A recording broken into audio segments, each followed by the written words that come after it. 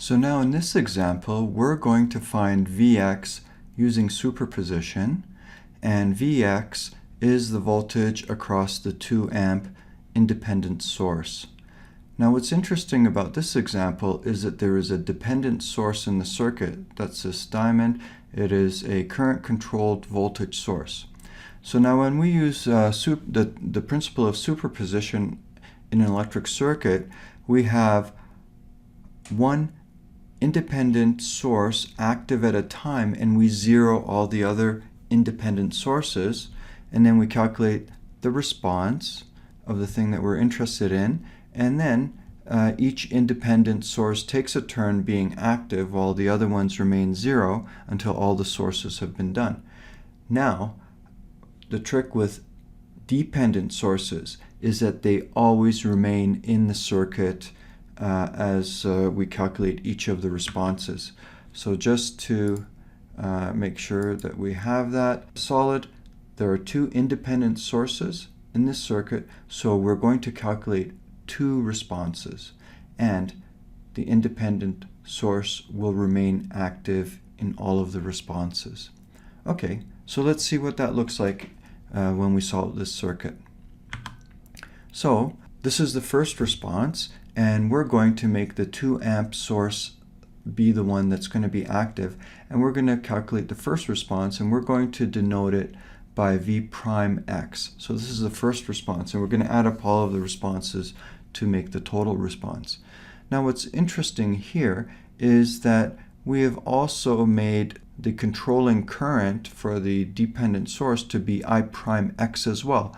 This is just simply to denote that it is going to be a different result every time we calculate a response, okay? Just to associate it with response 1. So now, when we make the 2 amp source be the only active one, we have to zero all the other independent sources. So that means we have to zero the 10 volt source, and when we zero a voltage source, it assumes a value of 0 volts. And a voltage source that is 0 volts is represented by a short circuit. So we've replaced that voltage source with a short circuit, and we've put this dotted circle around it just to indicate that that's where it was, so we don't lose track of it, and it is a short circuit. Okay, and then we need to calculate V prime X. So that's the response that we want, so we need to apply circuit analysis to solve for it. So let us use the node voltage method.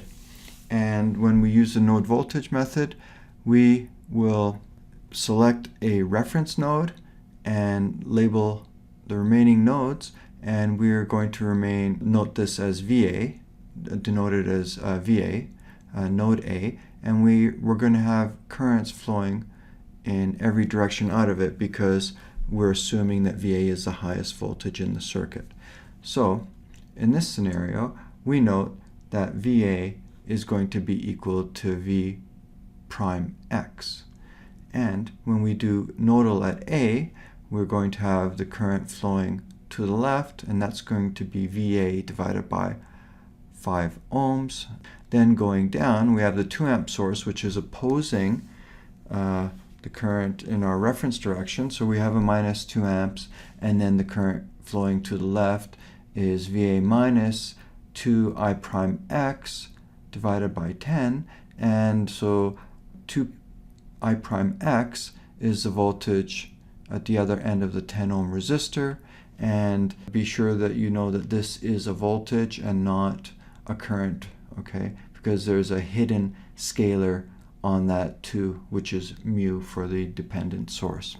Okay, and of course everything is equal to 0 because of KCL. Okay, so then one thing that we notice is that this term here, VA divided by 5, is minus I prime X. Okay, that's the current. It's opposing the direction of the current going to the left from VA. Okay, so that's minus I prime X. Okay, and then to calculate, we just manipulate the equation, so we can multiply it by 10 to remove the denominator, and then simplify, and then sub in what we identified as I prime x.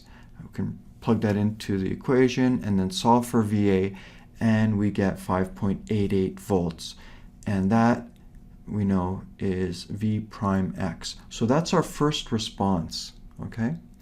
And so then we will calculate the next response. So the second response is for the 10-volt source being active, and now we're going to denote Vx by double prime because it's going to be a new response, and we're going to denote the controlling current as I double prime. So let us zero the other source, which is going to be the current source, and when we zero a current source, we give it a value of 0 amps. And when we do that, the current source becomes an open circuit, okay? And we've denoted that open circuit by these red dots just to indicate that it was there so we don't lose track of it. Okay, now we need to find V double prime x. So that's just the voltage at this, between these two nodes where the current source used to be. Okay, so then to solve it, we can go back and use node voltage, and we assign the ground reference node and label this, and we're just labeling it VA. And then again, we notice that VA is going to be equal to V double prime x. And when we make the nodal equation around A, we have only two currents leaving VA. Towards the left, we have VA minus 10 volts divided by 5 ohms. We have VA minus 2I double prime x divided by 10, and all equal to 0 because of KCL. And then we will notice that, again, I double prime x is in the opposing direction of this current here, so this term is negative I double prime x.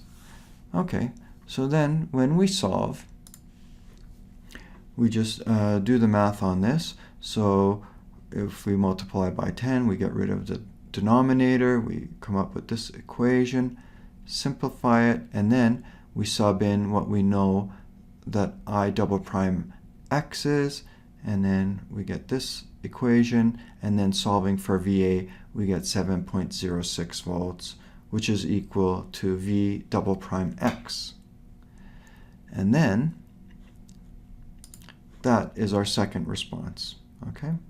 So then, using superposition, we can say that the total response, which is Vx, is equal to V prime x plus V double prime x. So those are the things that we solve for. We just add them up. 5.88 volts plus 7.06 volts gives you Vx of 12.94 volts.